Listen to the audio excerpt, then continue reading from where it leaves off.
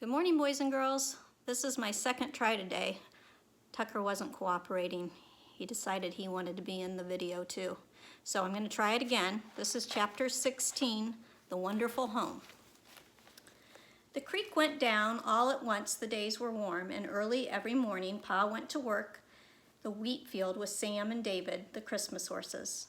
"I declare," Ma said, "you're working that ground to death and killing yourself." But Pa said the ground was dry because there had not been enough snow. He must plow deep and harrow well and get the wheat sowed quickly. Every day he was working before the sun came up, and he worked till dark. Laura waited in the dark till she heard Sam and David splashing into the ford. Then she ran into the dugout for the lantern and hurried to the stable to hold it so that Pa could see to do the chores. He was too tired to laugh or talk. He ate supper and went to bed. At last the wheat was sowed. Then he sowed oats and he made the potato patch in the garden. Ma and Mary and Laura helped plant the potatoes and sprinkle little seeds in the garden rows, and they let Carrie think she was helping. The whole world was green with grass now.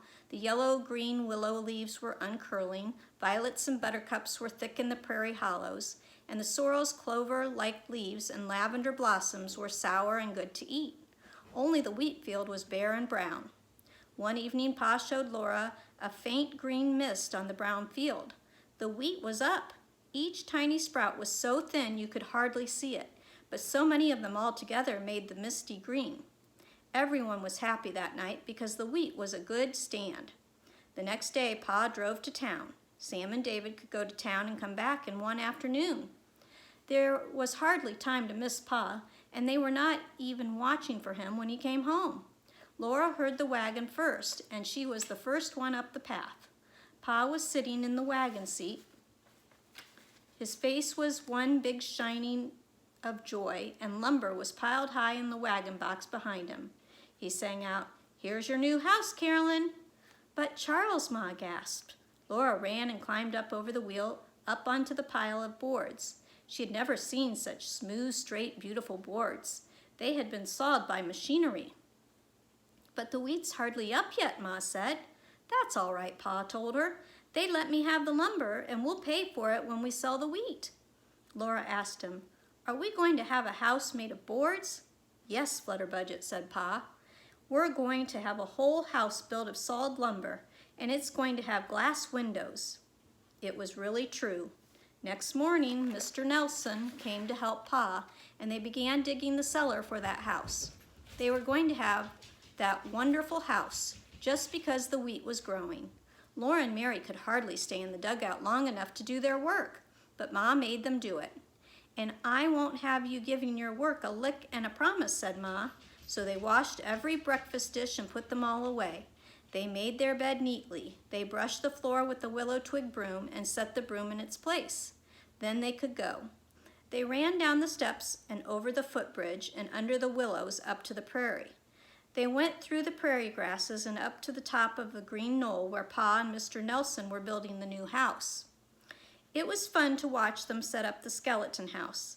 The timbers stood up slender and golden new, and the sky was very blue between them. The hammers made a gay sound. The planes cut long, curly shavings from the sweet-smelling boards. Laura and Mary hung little shavings over their ears for earrings. They put them around their necks for necklaces. Laura tucked long ones in her hair, and they hung down in golden curls, just the color she had always wanted her hair to be. Up on the skeleton roof, Pa and Mr. Nelson hammered and sawed. Little blocks of wood fell down, and Laura and Mary gathered them in piles and built houses of their own. They had never had such a good time. Pa and Mr. Nelson covered the skeleton walls with slanting boards nailed on. They shingled the roof with boughten shingles. Boughten shingles were thin and all the same size. They were far finer shingles than even Pa could hew with an axe. They made an even, tight roof with not one crack in it.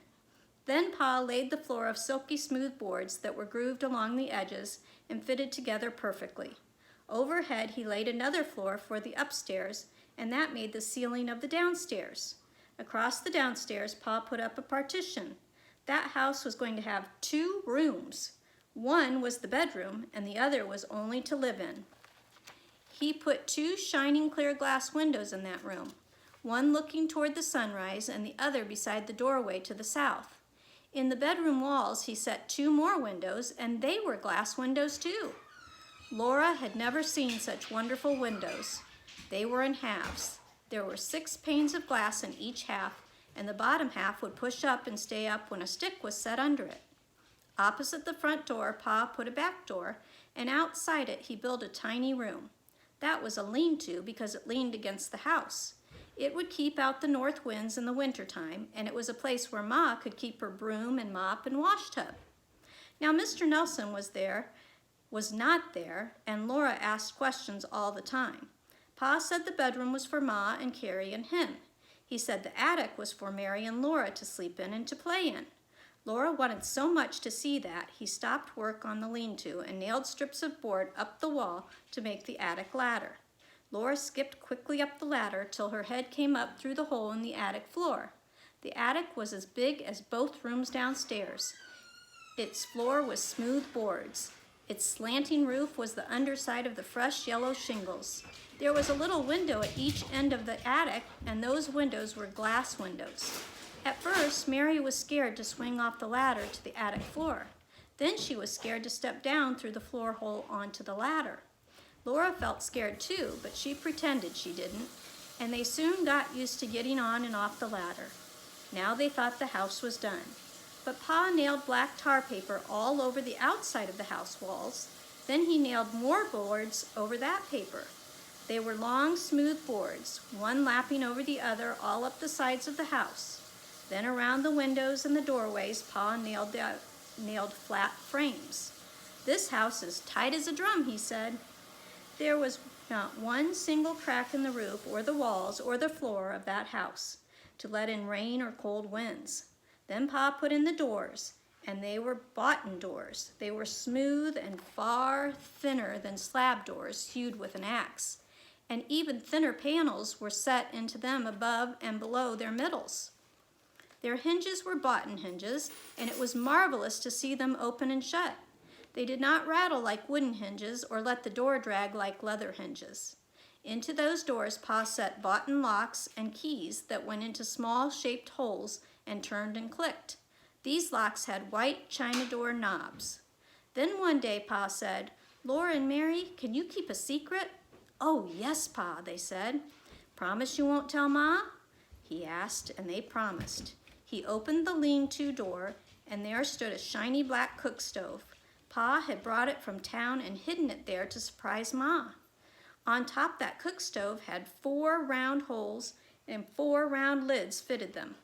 Each lid had a grooved hole in it, and there was an iron handle that fitted into the holes to lift the lid by. In front, there was a long, low door. There were slits in this door, and a piece of iron would slide back and forth to close these slits or open them. That was the draught.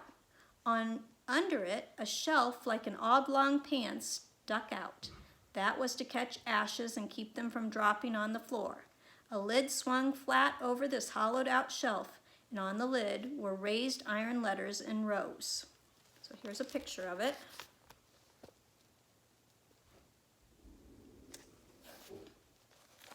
Mary put her fingers on the bottom now and spelled out P-A-T, 177-0. She asked Pa, "What's that spell, Pa?" "It spells Pat," Pa said. Laura opened a big door and on the side of the stove and looked into a big square place with a shelf across it. "Oh, Pa, what's this for?" she asked him. "It's the oven," Pa told her. He lifted that marvelous stove and set it in the living room and put up the stovepipe. Piece by piece, the stovepipe went up through the ceiling and the attic and through a hole he sawed in the roof. Then Pa climbed onto the roof, and he set a larger tin pipe over the stovepipe. The tin pipe had a spread-out, flat bottom that covered the hole in the roof. Not a drop of rain could run down the stovepipe into the new house. That was a prairie chimney.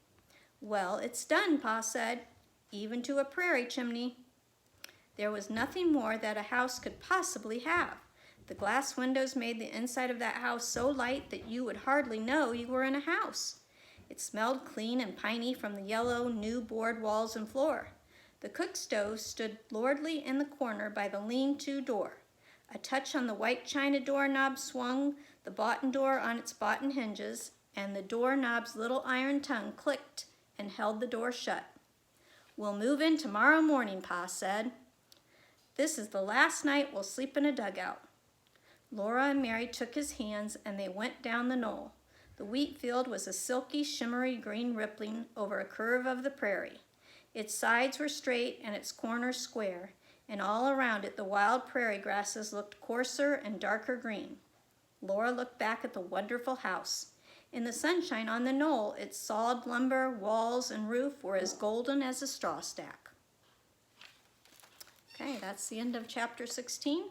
Next time we'll read chapter 17, Moving In. Have a great day.